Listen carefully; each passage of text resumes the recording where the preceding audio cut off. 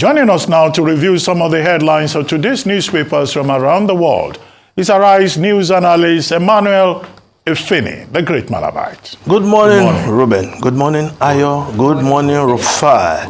We'll start the review with this day Nigeria's newspaper of record. We'll start with the story above the masthead. Standard Bank report predicts increase in reserves buoyed by domestic oil refinery operations. Says growth potential beset by worsening FX crisis, inflation, insecurity orders. Forecast Naira to officially weakened to 1,171 Naira to the dollar by December. Well, given what we have now, 1,400, so yesterday. So if there's this prediction that by December, it's likely to be 1,175 Naira to the dollar, then that will look like something that is fair compared to some predictions that it will go up to 2,000 by December. But again, the dwindling value of the Naira as a result of scarcity of FX. If we have more inflows, then perhaps the CBN will be in a position to defend the Naira. Yes, we said we've floated the rates, but we know that the gap between the parallel market and the earning window seems to be even wider now. But let's look at the lead story of this year. After Supreme Court verdict, Ganduje woos Kwankwaso, Yusuf, Shekarau to APC.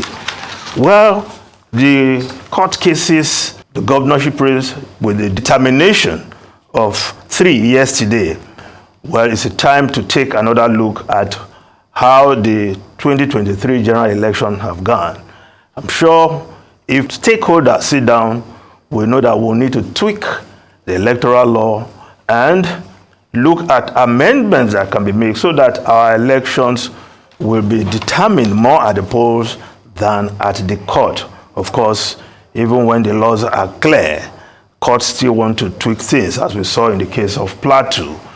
Well, as for Ganduje, the chairman of the APC, his main point is that Kanu should be a one-party state working in tandem with the federal with the center, that is the same party. But for 8 years, APC was in control of Kanu, APC in control of the center. So you want to ask, who did one party help in Kanu? But for a Democrat to be asking for a one-party state, I think it is curious. And our politicians should understand that this democracy we have cannot be taken to the level of a one-party state, whether at the national or subnational level. Democracy is about choice and choices, right? So why should he be clamoring for a one-party state? If PDP had retained power and everybody flung to PDP and we become a one-party state, we won't have an APC. So I think we should encourage multi-party democracy. That's what we have. Any attempt to try to make it a one-party democracy, whether at the subnational level, is unacceptable. And I hope the strides made by Kwankwaso and his NMPP is not just going to be used as a bargaining chip to go into another party. That will not show seriousness of our politicians. But let's just move on to other stories. The Guardian newspaper, how checkpoints, bad road, block trade, spike inflation. Of course, the state of federal roads is terrible. The Benin-Auchi Okene Road, amongst others, where transporters have hellish time trying to move their goods across the country.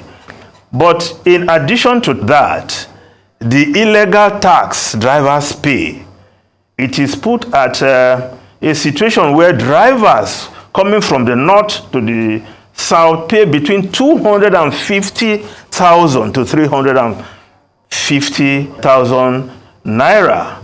They pay illegal tolls at various checkpoints across the country. This is something we want to look at because it adds to the inflation, because this money they pay on the road, the transporters pass it on to owners of goods. Owners of goods simply pass it on to the consumers. But other stories there in the front page of the Guardian newspaper: terrorists kill Imam, 2 others abduct 62 in Katsina. Yeah, Katsina, that's the state of former President Muhammadu Buhari, who came to power with security as one of his focal points. Of course, we know better now. Then the story below that, that is Sanusi, that's Lamido Sanusi, backs relocation of CBN department to Lagos. You should know, a former CBN governor, and I'm sure he should teach people like Senator Ali Undome some lessons on how to be patriotic and how not to read regionalism into every decision. Then another story there, Atiku queries $3.3 billion emergency loan. Yes, this day has that story on page 5, in which it states that Atiku to Tinubu, you owe Nigerians explanation on $3.3 billion NNPC emergency loan. Says federal government likely to repay curious loan with $12 billion. You ask, who negotiated that kind of deal? Who negotiated that kind of deal? But we are paying with crude. And at the end of the day, there's likely to be excess after the payment. How will that be tracked? How do we track that? And that is why former Vice President Atiku Abubakar is saying, please, we need explanation. NNPCL should not carry on with the opaqueness that was the style of NNPC, as that corporation was then known. So we need explanation. And Daily Trust newspaper, we go to the Daily Trust newspaper, at the Daily Trust dialogue, masses are losers of Tinubu's reform. Labour says federal government running prodigal economy. President desirous of making life better for all. The information minister. Now is the time to interrogate renewed hope agenda. Kabiru Yusuf. There should be consequences for failure. Shamsuddin Usman. Of course, Shamsuddin Usman was an aspirant in the last presidential race. Federal government must listen to citizens' perspective. Tahiru Jega making that statement. Of course, this story is also on the front page of the Punch newspaper. Tinubunomics. Federal government differs as NLC says reformed killing Nigerians. We look at the Nigerian Tribune newspaper. Also the same story. Review your policies to reduce hardship. NLC tells Tinubu.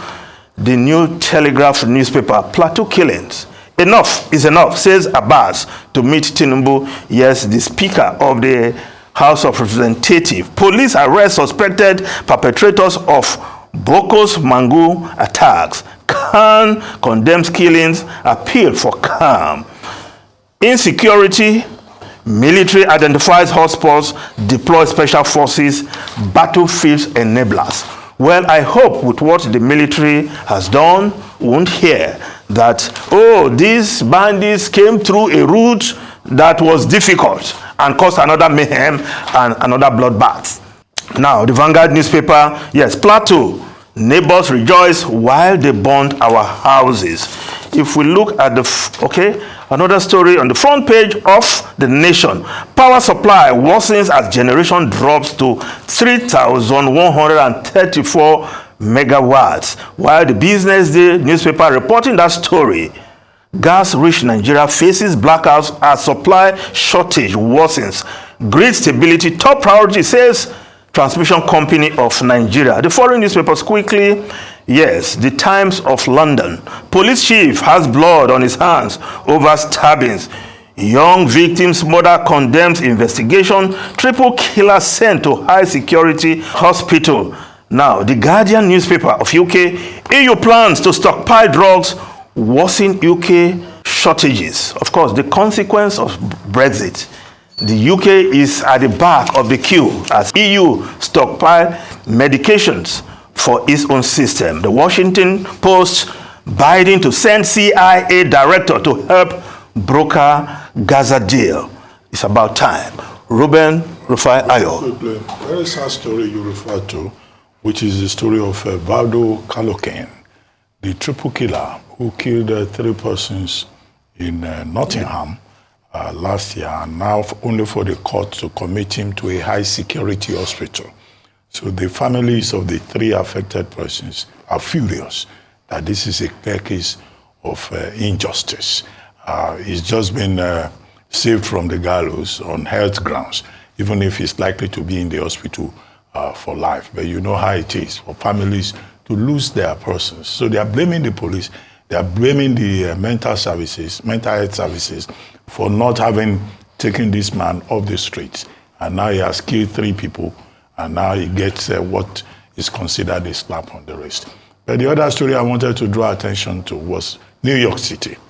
New York City yesterday declared social media a public health hazard and an environmental toxin, according to Mayor Eric Adams. And New York City is the first city in the United States and the first state to declare social media a problem. But the difference is that they have not gone ahead to say they are banning social media. They just did a report and said 77% of high school students spend at least 3 hours a day on social media, not on their school homework. And that's not good for the environment, it's not good for public health. But what the Commissioner for Health has done is to issue what they call a public health advisory on social media. So maybe we'll follow that example at some stage in Nigeria to offer an advisory and not to ban and ban, you know. But what we always say here is that parents also have a role to play. The high techs, they also have a role to play. They claim they are providing safeguards, but those safeguards don't always go far enough. I think a lot of work for parents there, to guide, help their kids not to become addicted to social media. Parents must also do their job. Absolutely, I agree with you. Okay, thank you, Emmanuel Efene.